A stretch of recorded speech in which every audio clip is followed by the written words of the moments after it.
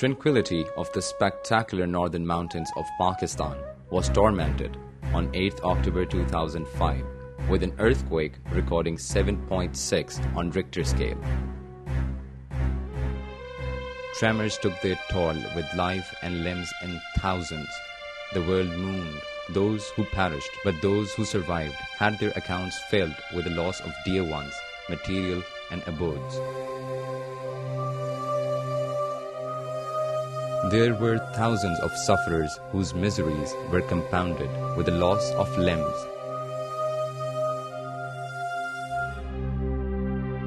And Kiran was one of them.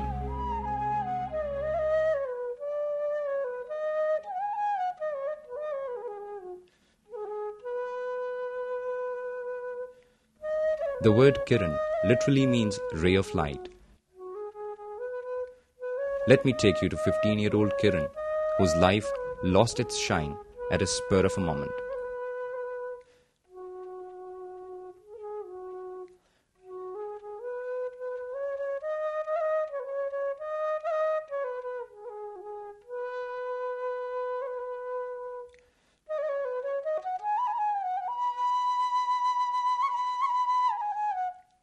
I was at school when the earthquake hit. I was trapped under the roof. I got out of the wreckage myself. Meanwhile, my father came and took me home.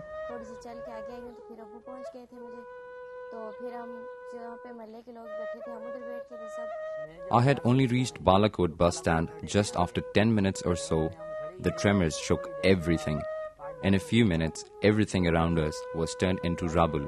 We heard screams and wailing everywhere. I was in my vehicle, so I quickly reached the school where I found my daughter with a broken arm. They gave me injections in the evening, but next morning at 9 o'clock, my arm was amputated.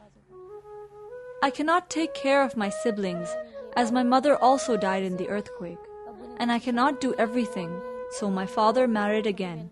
But my new mom is not very strict with my siblings, so most of the time it's my responsibility to take care of them. Kiran remained quite disturbed after the disaster, as she lost her mother and her arm as well.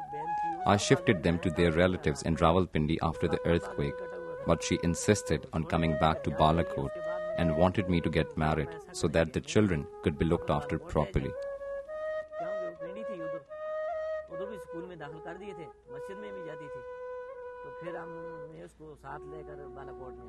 My only brother is 6, and my youngest sister, who was under the debris with my mother at the time of the earthquake, is now 3 years old. I love reading storybooks and making patterns with henna on my palms. I want to be a teacher in the future. Kiran is a very loving elder sister. She never gets angry and she always helps us in studies and other things.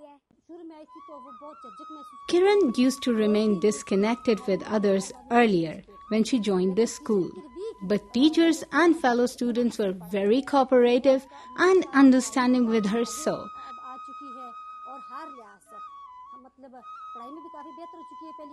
Now she has become more confident and actively participates in school routine activities, and she is also doing well in her examination.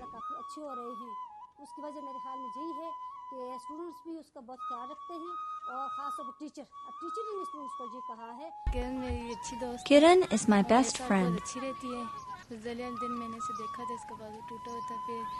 We always share our sorrows and joys.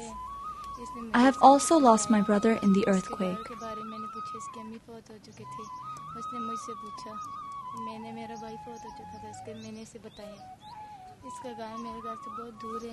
I like to visit Kiran's house, and she also calls on me.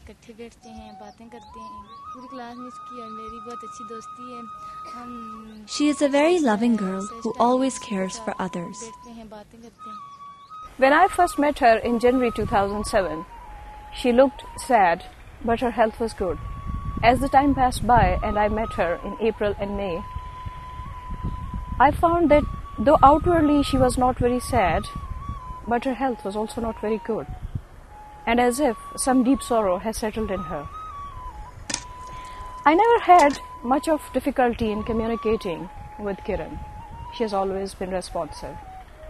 But the difference which I feel this time, after the January, is that through her expressions, her gestures and body language, she conveys a kind of dejection, doubt and despair that she often tries to hide by putting either her hand like this on her forehead, or bowing her head too low to avoid eye contact, or put her finger like this across her lip. Ironically, these are all the expressions of the same she is trying to hide. So this is the difference I have felt between the Kiran I first met and the one I meet now. Pakistan Poverty Alleviation Fund, being the apex civil society organization, remained one of the leading agencies in relief and rehabilitation phases. Working on reconstruction of houses and infrastructure, it has started rehabilitation of persons with disabilities with the financial and technical assistance of the World Bank. Scores of injured faced amputation. Many earthquake-affected children suffered from mental disorders and physical disabilities. Out of every 5 injured children, there were one blown-up gangrene case without any other option except amputation. Besides these newly disabled, those who were already disabled lost their support systems in the disaster, making them partially dependent upon external help. But their resilience and will to make life good and worth living is exemplary.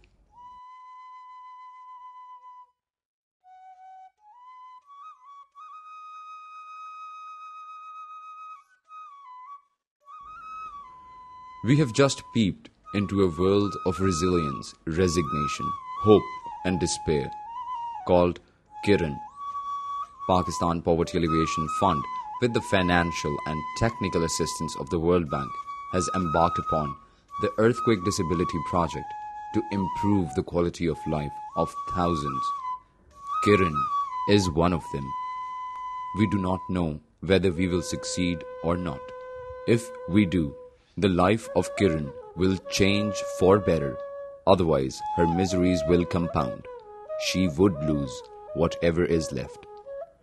We'll revert to you after a year to share whatever happens. Pakistan Poverty Alleviation Fund wishes to express its indebtedness to ERA and the World Bank for the support they are extending. Pakistan Poverty Alleviation Fund is an ERA partner and works within the policy framework given by ERA.